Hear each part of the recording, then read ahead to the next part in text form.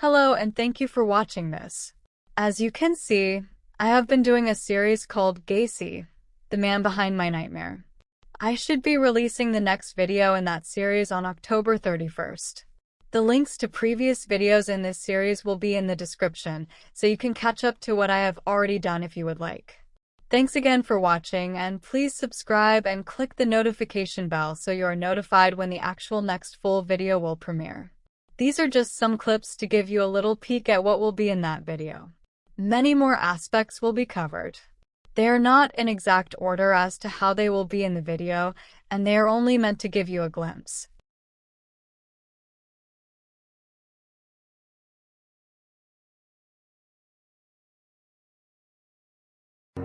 He dressed like a clown to make children laugh. But behind the face paint was a man who tortured and murdered. He was John Wayne Gacy. When this whole thing is over, you might be witnessing one of the most horrible crimes, perhaps, in a century. He claimed to be a loving father. See, I don't believe in hitting children. But what he did to his young victims was unspeakable. It was terrible under this. The smell of death was everywhere. How he killed those boys for his own pleasures. How could you forgive him? To the end, John Wayne Gacy proclaimed his innocence. Vengeance is mine, saith the Lord, because you will have executed somebody that didn't commit the crime. His personality could change in a split second. You know, one second we're his best buddy, we're his bodyguards that he's introducing us people to, and the next second we'll go into another bar and we're from the FBI who are harassing him. Gacy told the surveillance team that he owned some land up north in Wisconsin. So right away we're thinking that's where the body is. Of course, he's feeding us this information knowing that we're going to follow up on this, just kind of leading us off the track. Well, I went to pick up Rob at the drugstore where he works at about 10 to 9. And he says it would take a few minutes, that he wanted to talk to this contractor about a job. And then with that, I started browsing around the store, and I'd never seen him since.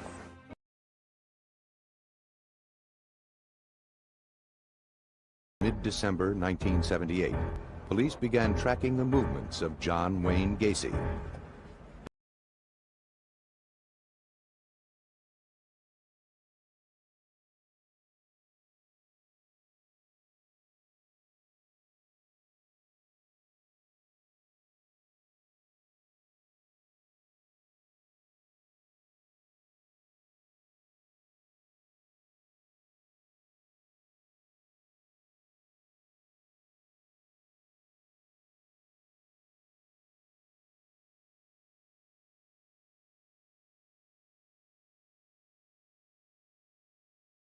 This is Gacy inside Statesville Prison being shown how he is led to and from his cell. Anytime Gacy was allowed to leave his cell for anything including visits, his 1 hour of free time out of his cell where he would be allowed to shower, make phone calls, or sometimes be allowed to step outside in a caged-off area for a few minutes. Even when he would be transferred to any other area of the facility, such as the doctor, dentist, library. Basically, anywhere outside of his cell, he would be handcuffed before exiting his cell. Cuffs would only be removed while in shower or if requested by staff, like the doctor.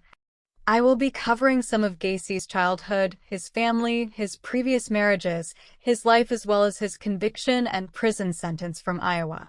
The police investigation, the surveillance, and the search warrants executed that led to his arrest here in Illinois.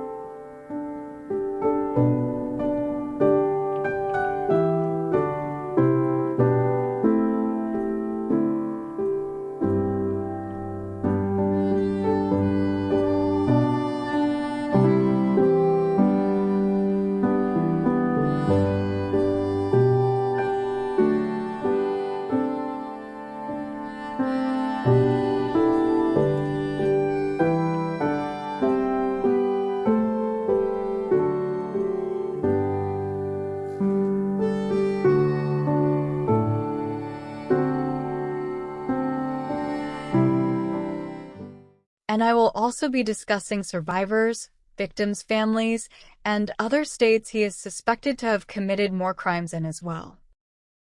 I was molested when I was a boy. It's hard to think back on and admit it ever happened.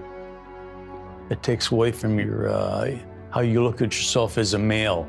And that was part of the reason I never told anybody for all those decades.